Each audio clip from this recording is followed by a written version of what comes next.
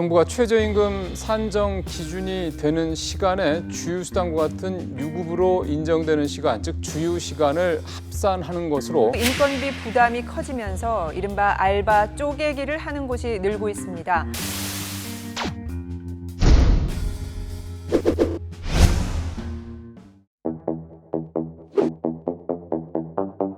주휴수당이란 사용자는 근로기준법 제55조에 따라 일주일 동안 소정의 근로일수를 개근한 근로자에게 일주일에 평균 1회 이상의 유급휴일을 주어야 합니다. 이 유급휴일에 받는 것을 주휴수당이라고 합니다.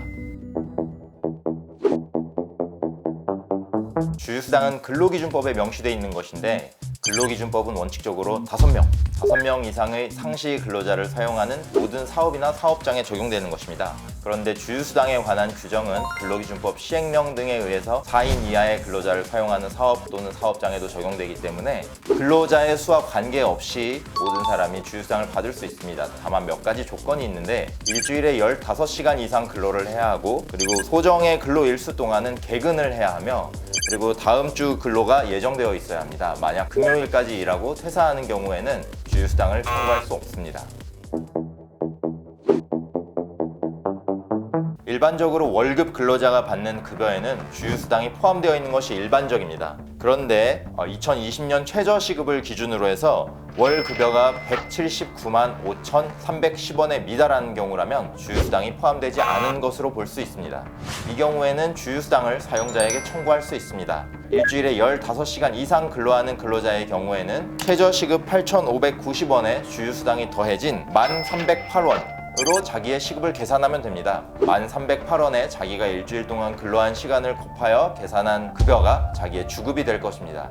만약에 1,308원에서 자기의 근로시간을 곱한 급여에 실제 수령액이 미치지 못한다면 잔액을 청구할 수 있습니다. 다만 일주일에 15시간 미만으로 근무하는 경우에는 주휴수당을 청구할 수 없기 때문에 2020년 최저시급인 8,590원에 자기가 근로한 시간을 곱해서 사용자에게 청구할 수 있습니다. 주휴수당은 법으로 정하는 사항이기 때문에 근로계약서 작성 여부와 무관하게 사용자에게 지급을 청구할 수 있습니다. 다만 향후에 분쟁이 발생할 수 있기 때문에 이를 예방하는 차원에서, 또는 분쟁이 발생했을 경우에 다툼을 명확하게 하기 위해서 임금이나 근로시간, 연차나 유급휴가, 휴일, 근로장소 등의 근로조건이 명시된 근로계약서를 작성하는 것을 추천드립니다.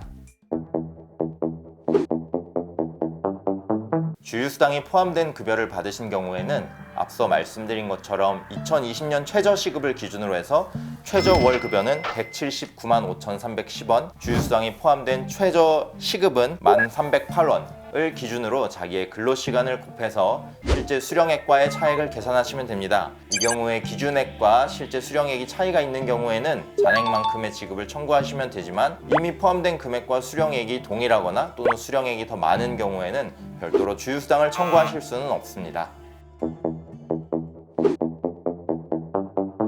주휴수당은 근로기준법에 명시된 것이고, 근로기준법은 근로기준에 관한 최저사항을 정하고 있는 것이기 때문에 근로관계의 양 당사자가 합의했다고 해서 주휴수당 등을 배제할 수는 없습니다. 따라서 이와 같은 경우에도 주휴수당을 청구하실 수 있습니다.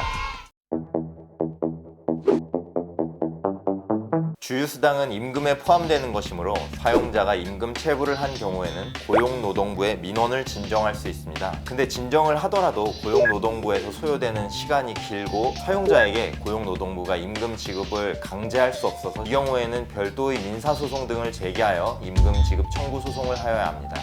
임금 지급 청구 소송 등을 하기 위해서는 비싼 변호사 비용을 들여서 소를 제기하는 등을 고민하시게 될 텐데, 제가 이와 관련해서는 다음 시간에 자세히 안내해드리며, 오늘은 사법부에서 운영하고 있는 나홀로 소송 사이트를 검색해 보시라는 말씀을 드리는 것으로 마무리하고 싶습니다. 오늘은 저희가 주휴수당에 관해서 알아보았는데요. 혹시 주휴수당과 관련해서 추가로 궁금한 내용이 있으시면 댓글로 남겨주시면 제가 확인하고 추가로 답변 드리는 영상을 촬영해서 올리도록 하겠습니다. 주휴수당 이외에도 법적 분쟁사항, 20대에 마주할 수 있는 법적 분쟁사항들이 만만치 않게 느껴지실 텐데요. 관련해서 댓글 주시면 제가 또 준비해서 영상 올리도록 하겠습니다. 법률 머니 많은 시청 부탁드리고요. 머니랩 채널 구독과 좋아요 부탁드립니다. 지금까지 황호준 변호사였습니다.